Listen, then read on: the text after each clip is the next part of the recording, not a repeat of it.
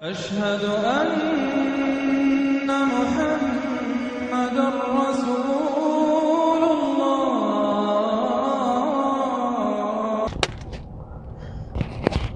अस्सलामु अलैकुम रहमतुल्लाहि व बरकातहू। आज 4 अक्टूबर 2024 और जुम्मा का दिन 9:15 बजे हुए। तो मेरे दोस्तों, आज मैं वही थोड़ा सा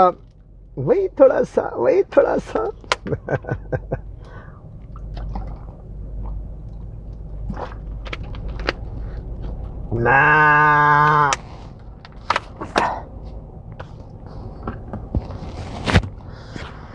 वाह। तो मेरे दोस्तों, अपनी कौम की बहन बेटियों की इज्जत आबरू की हिफाजत करने के लिए कि दुश्मन उनकी इज्जत ना लूट सके, तैयार हो जाओ। वो वक्त करीब आ चुका है जब मुसलमान कौम की बेटियों की इज्जतों की धज्जियां उड़ा देंगे और धीरे धीरे वो तुमको चारों तरफ से घेर रहे हैं और तुम में जो अनपढ़ जाहिल गवार हैं वो उनके लिए रास्ता भी बना रहे हैं। हालांकि वो खुद को मुसलमानों का हीरो कहते हैं, लेकिन जीरो है वो वही रास्ता बना रहे हैं जो रास्ता वो चाहते हैं। तो मुसलमान कौम की बेटियों, तुम निकलो अपनी इज्जत आबरू की हिफाजत के लिए, क्योंकि पूरी तैयारी वो कर रहे हैं कि मुसलमान कौम की बेटियों को ऐसे टब्बा में बंद करके ले जाकर बाजार में बेच दें। तो अपनी इज्जत आबरू की हिफाजत करो और बाहर निकलो और अपने कौम के मर्दों को भी जमा करो, कौम के उलमा को भी जमा करो और उनसे कहो कि ये क़यामत के करीब का वक्त है, इसके बारे में मालूमात करो। ये कौन सा वक्त है, कौन आने वाला है और ये क्या होने वाला है, इस बात को समझो। इमाम मेहदी अलैहिस्सलाम जस्ट थोड़ा सा तुम्हारे करीब है, आने ही वाले हैं। थोड़ा सा, अब थोड़ा सा मतलब नहीं कि 1 दिन 2 दिन 1 हफ्ता 2 हफ्ता, तकरीबन साल 2 साल या ऐसे आसपास हो सकता है 3 साल। यह बिल्कुल इमाम मेहदी अलैहिस्सलाम के करीब का वक्त है और इस वक्त उलमा से पूछो। एक हिकमत की बात बताता हूं कि जब आप बताएं उलमा कि ये बड़ी बड़ी जंगों का वक्त है, आप दुनिया में देख भी रहे हैं, मुसलमान के एक मुल्क को मारते हैं, फिर दूसरे मुल्क को मारते हैं, फिर तीसरे मुल्क को मारते हैं, एक के बाद एक दीगर मुल्कों को मारते जा रहे हैं और जिसको भी नहीं मारा है उसको डराते जा रहे हैं, तू चुप बैठ, हम इनको मारेंगे, तू चुप बैठ, हम इनको मारेंगे। फिर उसको मार लेते हैं, फिर इसको मारते हैं, धन धन, फिर दूसरे को बोलते तू चुप बैठ, हम तुझको नहीं मारेंगे, इसको मारेंगे, धड़ इसको मारते हैं, फिर उसको भी मारते हैं, हम तेरे को भी मारेंगे, तू चुप बैठ। क्योंकि मुसलमानों में गद्दार बहुत है और मुसलमान अब इस्लाम से मोहब्बत नहीं करता, दुनिया से मोहब्बत करता है। उसको पैसा चाहिए, औरत चाहिए, ऐश की जिंदगी चाहिए बस। और उलमा तो उससे भी साले मादर जाद है। उलमा साले ये इंतजार करें किसी तरह ये शायद छोटा सा फितना है, खत्म हो जाएगा तो मेरी दुकान फिर से चलने लगेगी। वो इस चक्कर में बैठा हुआ है, शायद एक छोटा सा फितना टल जाएगा तो फिर से मेरी दुकान चलने लगेगी। खुल के कोई बोलता ही नहीं, मुंह बंद। अरे हमारी दुकान बंद हो जाएगी, दुकान बंद हो जाएगी। थोड़ी सी देर में पूरी कौम की बेटियां गायब हो जाएंगी। जहां जंग शुरू हुई पूरी कौम की बेटियां गायब। जो साला चलना भी नहीं जानता, जिसकी 2 टांगें भी सलामत नहीं है, वो मुसलमानों के घर में घुस के जवान बेटियों का हाथ पकड़ के घसीट के ले जाएगा। चल तेरे कपड़े उतार के खेलना है। मुसलमानों, तुम्हारे दिन बहुत बुरे आ गए हैं, इसलिए होशियार हो जाओ। एक एक इलाके को जलाया जाएगा, मारा जाएगा, काटा जाएगा और वहां की औरतों को गायब कर दिया जाएगा। और इस वक्त जो तुम रैली निकाले हो ना, पूरे महाराष्ट्र से मुसलमान, दूर दूर से मुसलमान आए, ऐसा नहीं आ सकोगे। जिस इलाके में मुसलमानों को घेरा जाएगा उस इलाके के चारों तरफ नाकाबंदी कर दी जाएगी, पुलिस फौज सब गन लेके बैठ जाएंगे, उस तरफ जाने वाले हर मुसलमान को गोली चला के मार डालेंगे, लेकिन वो इलाके में नहीं जाने देंगे। तो ज्यादा इतराओ मत इम्तियाज जलील साहब। अब ये जो जंग शुरू होगी, इस जंग के दौरान या इससे पहले या इससे थोड़ा बाद में ये प्रोग्राम बनाया जाएगा कि अब एक एक इलाके को पकड़ो और उनको काटो, मारो और उनकी बहन बेटियां घसीट के ले आओ। और बातें ऐसी की जाएंगी कि देखो इन्होंने इतनी भीड़ निकाली, हम क्या भीड़ नहीं निकालेंगे क्या? देखो इम्तियाज जलील साहब ने ऐसी भीड़ निकाली, दुनिया से मुसलमानों को लाया और कैसे कैसे नारे लगाए गए, अब हम भी निकलेंगे। वो अलग बात करेगा, वो अलग बात करेगा। जो भीड़ निकालेगा तो क्या करेगा? पूरा तहस नहस करेगा। फिर तुम लड़ने नहीं जाओगे, तुम मुसलमान कौम की बेटियों की इज्जत आबरू की हिफाजत नहीं करोगे। ये सब क्यों किया जा रहा है? मसला है इस पर से पर्दा हटाने का। तुम्हें पता ही नहीं है ये सब क्यों किया जा रहा है।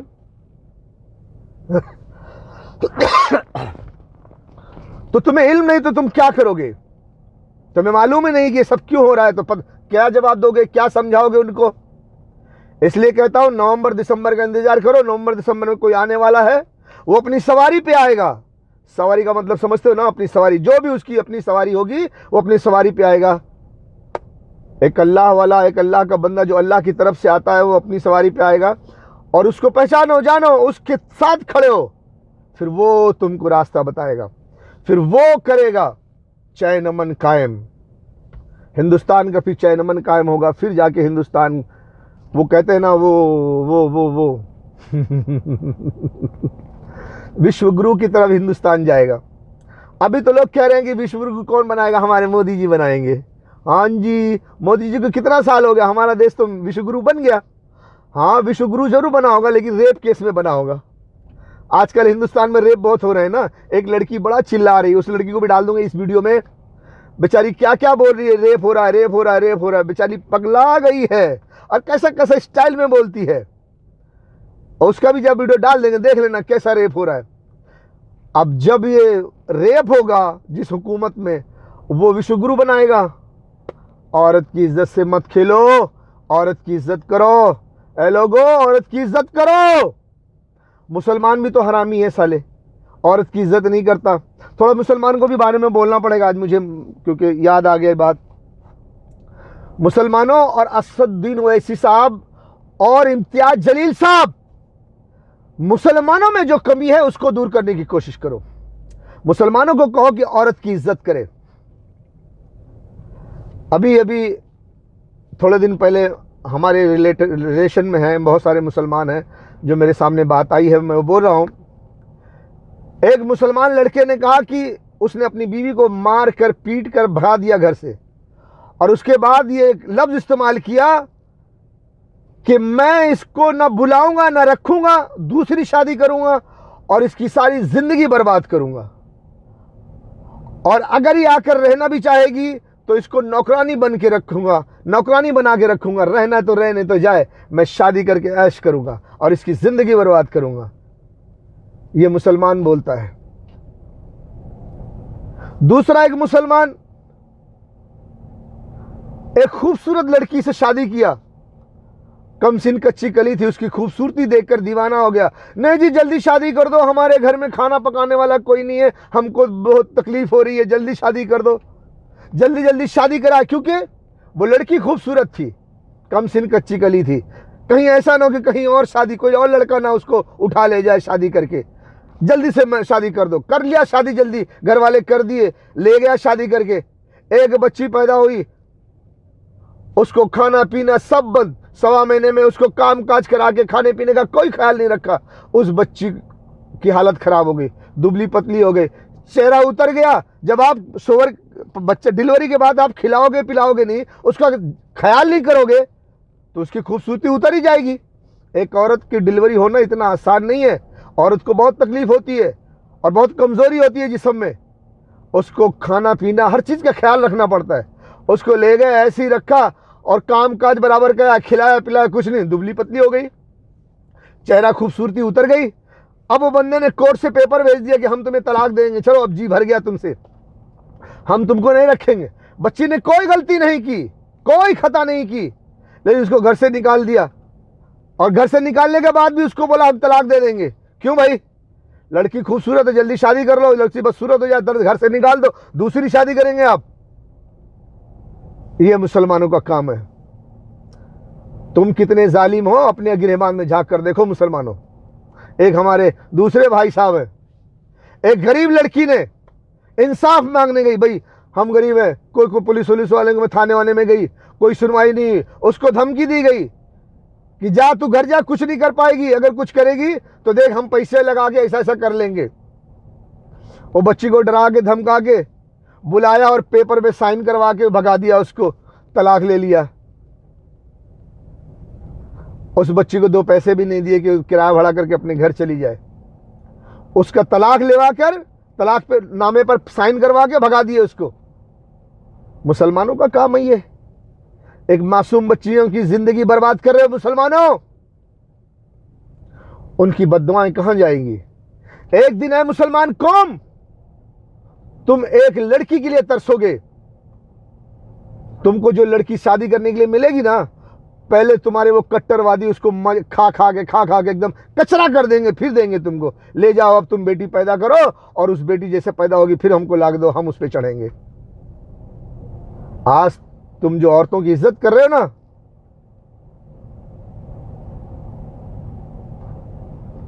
तुम्हारी तो है मुसलमान कौम, तुम जालिम कौम हो। तुम ही कहते हो ना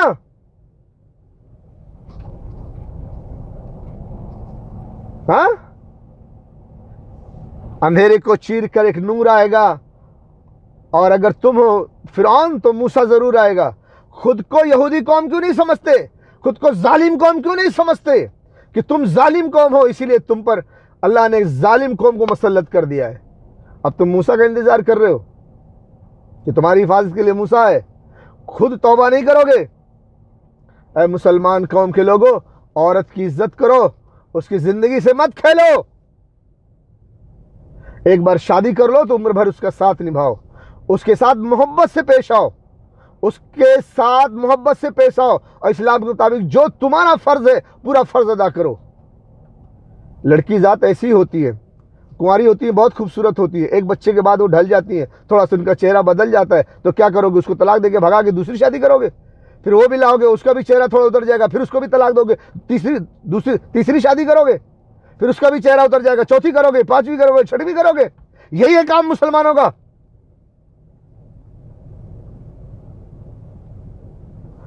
और मुसलमानों, तुम्हारे अंदर जो जुल्म सितम है उससे पहले गौर करो। औरत की इज्जत करना सीखो, जिसको शादी करके लाओ उम्र भर उसका साथ निभाओ। इस्लाम में तलाक उलाक का नाम नहीं है। ये जरूरी नहीं कि तुम तलाक दो उसको। तलाक बहुत बहुत बहुत बड़ा जब मसला हो जाए तब तलाक का नाम लिया जाता है, ऐसे तलाक नहीं होती। शादी करके लाए, 1 साल हुआ, एक बच्चा पैदा हुआ, बच्ची की थोड़ी खूबसूरती चली गई, लाओ जी तलाक दे देंगे, अजी दूसरी शादी करेंगे। जिंदगी खूबसूरत से गुजरनी चाहिए, अच्छी लड़की होनी चाहिए, खूबसूरत औरत होनी चाहिए। हाँ, मुसलमानों होश में आ जाओ, ए मुसलमानों होश में आ जाओ, नहीं कुत्ते की मौत मारे जाओगे। जो इम्तियाज जलील साहब ये जो रैली फैली निकाल रहे ना, बंबई आ जाओ, भीड़ दिखा दो, इससे कुछ नहीं होने वाला। एक दिन तुम्हारी पूरी कौम की बेटियों को वो घसीट लेंगे, बाजार में बिठा देंगे, और तुम ऐसे रह जाओगे ठेंगा। तुमको क्या मिलेगा? तुमको शादी करने के लिए उनकी यूज की हुई मिलेगी, जिसको वो यूज करके तबाह बर्बाद करके देंगे तुम्हें कि ये लो 35-40 साल की उम्र में, 35-30 साल की उम्र के बाद, अब हम खा पी के मस्त हो गए उसको, अब उससे जी भर गया है, अब तुम इस्तेमाल करो, उसके पेट से बेटी पैदा करो, और जो बेटी 5-6 साल की हो तो हमको दो, हम उस पर फिर से चढ़ेंगे, उस पर चढ़ेंगे, उनका दिल भरेगा, बाजार में बिठाएंगे। फिर वो जो 30-35 साल की हो जाएगी तो फिर वो तुमको देंगे, लो फिर इससे बेटी पैदा करो, ताकि उनके बाजार का सिलसिला चलता रहे। क्यों? इसलिए कि मुसलमान औरत की इज्जत नहीं करता, धड़ाधड़ तलाक दे देता है, जी भर गया तलाक, बड़े शौक से कह देता है हम तेरी जिंदगी बर्बाद करेंगे। जरा सा कुछ बात हो गई, लात मार के घर से निकाल दिया, चल दफाओ, हम तेरी जिंदगी बर्बाद कर देंगे, दूसरी शादी करेंगे, तुझे नहीं रखेंगे, तुझे तलाक भी नहीं देंगे। क्यों भाई? क्यों?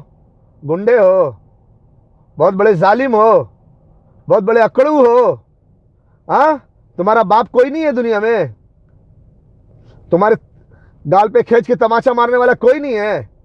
हाँ, दूसरी की बहन बेटियों की इज्जत आबरू से खिलवाड़ करते हो और खुद को बहुत शाना समझते हो। ऐ मुसलमान कौम, सुधर जा, सुधर जा। औरत की इज्जत कर और जिससे शादी किया है उसकी इज्जत कर, एहतराम कर और अच्छे इखलाक से पेश आ और उम्र भर उसका साथ निभा। ऐसे इखलाक से उसके साथ जिंदगी गुजार।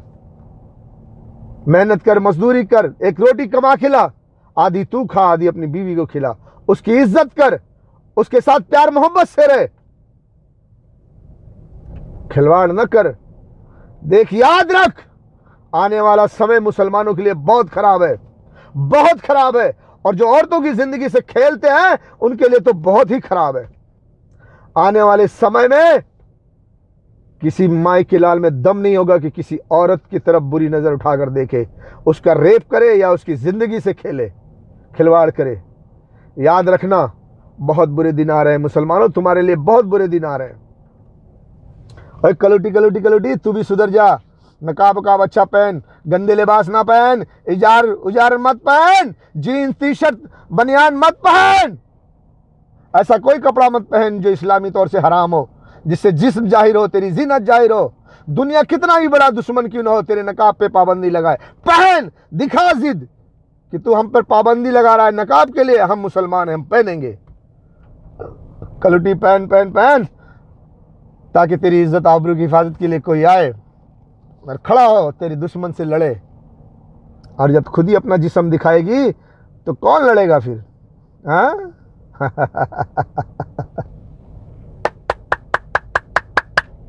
कलोटी कलोटी कलोटी कलोटी कलोटी, कलोटी कलोटी कलोटी कलोटी कलोटी कलोटी कलोटी कलोटी, कलोटी।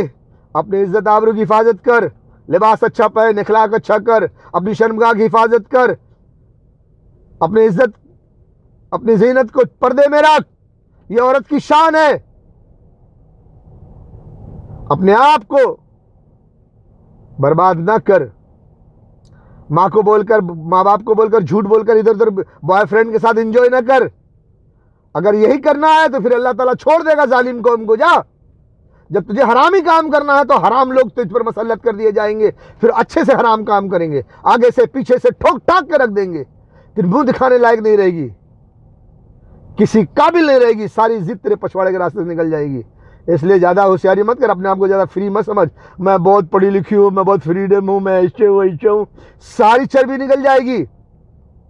ऐ मुसलमान कौम की बेटियों, इस्लाम के मुताबिक ज़िंदगी बसर करो, ताकि तुम्हारी हिफाजत के लिए कोई आए और ज़माने के सामने सीना तान के खड़ा हो और तुम्हारी इज्जत आबरू की हिफाजत करे। समझ में आए? नहीं तो ऐसे नंगी कर दी जाओगी, बाजार में बिठा दी जाओगी तुम, और तुम्हारी हिफाजत के लिए कोई नहीं होगा। फिर दर्द रहेगा सीने में, हाय अल्लाह मैं सांस नहीं ले पा रही हूँ। क्यों? लाइन लगा के लौंडे चढ़ रहे हैं, तो तू दावत दी तो आया है ना। अगर तू अच्छे लिबास पहनती, अच्छा नकाब पहनती, तो अल्लाह ताला तेरी हिफाजत करता। ये लौंडे जो लाइन में खड़े ना खड़े होते, फिर ये जो तेरी जिस्म होता ना, ये जो नंगी हुई है ना, ऐसे ना होती तू। समझ जा, संभल जा, अपने इज्जत आबरू की हिफाजत कर, अपने लिबास सही कर और इधर उधर बॉयफ्रेंड के साथ मत जा। घर में रह, अपनी पसंद से, माँ बाप की मर्जी से शादी कर और इज्जत से जिंदगी गुजार इस्लाम के तरीके से। कलोटी कलोटी कलोटी कलोटी कलोटी कलोटी कलोटी, आजा आजा, अच्छे से रह। अगर पूरी जमीन के दरख्तों के पत्तों को कागज बना दिया जाए, दरख्तों की कलमों को, उसकी टहनियों को कलम बना दिया जाए, सारे समुंदरों को रोशनाई बना दी जाए, इंसान, जिन्नात, फरिश्ते सब मिलकर गौस की शान लिखते रहे, तो लिखने वाले थक जाएंगे, पत्ते खत्म हो जाएंगे, रोशनाई खत्म हो जाएगी, समुंदरों का पानी खत्म हो जाएगा, मेरे गौस की शान कभी खत्म नहीं हो सकती। और जमीन में जितने दरख्त हैं, अगर वो कलम बन जाएं और ये जो समंदर है उसके अलावा 7 समंदर उसके साथ और मिल जाएं और वो रोशनाई बनकर अल्लाह की सिफात लिखें, तब भी अल्लाह की बातें खत्म नहीं होंगी। हकीकत यह है कि अल्लाह इख्तिदार का भी मालिक है, हिकमत का भी मालिक। तुम सबको पैदा करना और दोबारा जिंदा करना अल्लाह के लिए ऐसा ही है जैसे एक इंसान को पैदा करना और दोबारा जिंदा करना। यकीनन अल्लाह हर बात सुनता, हर चीज देखता है। क्या तुमने नहीं देखा कि अल्लाह रात को दिन में दाखिल कर देता है और दिन को रात में दाखिल कर देता है, और उसने सूरज और चांद को काम में लगा रखा है कि हर एक किसी मुतय्यन मियाद तक रवा। जब कोई गुलाम अल मदद या गौसे आजम कहता है, खुदा की कसम वो जुमला खत्म होने से पहले गौसे पाक की मदद नसीब होती है। आज भी सरकार गौसे पाक हमको आपको देखते हैं, सुनते हैं, मदद के लिए तशरीफ भी लाते हैं। क्योंकि ईरान पर डायरेक्ट अमेरिका इजराइल हमला नहीं कर सकते। अगर वो करते हैं डायरेक्ट ईरान पर हमला, तो ईरान पहली फुर्सत में इजराइल का नामो निशान मिटा देगा। इतनी मिसाइल्स उसके पास, इतने हथियार हैं, और वो इजराइल भी जानता है, अमेरिका भी जानता है, ब्रिटेन फ्रांस सभी जानते हैं, ऑस्ट्रेलिया भी जानता है। इसीलिए डायरेक्ट ईरान पर हमला कोई नहीं करेगा। क्यों? इजराइल खत्म हो जाएगा, इजराइल को सेव करना है। इसलिए ईरान को हिंदुस्तान से मारा जाए, हिंदुस्तान को इस्तेमाल करके ईरान को मारा जाए, ताकि ईरान अगर कोई जवाबी कार्रवाई करे तो वो हिंदुस्तान में करे, इजराइल सेफ रहे। इसीलिए ईरान को मारने के लिए हिंदुस्तान को चुना गया है। इन लाशों को, गोश्त के टुकड़ों को देखकर तुम्हें गैरत क्यों नहीं आती? तुम कैसे सोते हो? तुम कैसे पीते हो? तुम कैसे खाते हो? तुम कैसे जिंदगी गुजारते हो? ए बेगैरतो, ए जर्देलो, ए हुक्मरानो, तुम कब जागोगे? कब जागोगे? वो बेचारे फरियाद कर रहे हैं, बुला रहे हैं तुम्हें। कोई हाफिज कुरान आरबी चीफ साहब रसूलुल्लाह की उम्मत कट रही है, लोग उनके आज़ा के टुकड़े चादर में समेट रहे हैं। तुम अपने एटम बम और मिसाइलों के साथ तमाशा देख रहे हो। हमसे बर्दाश्त नहीं हो सकता, हम ये नहीं देख सकते, हम ये बर्दाश्त नहीं कर सकते। जुर्रत करो।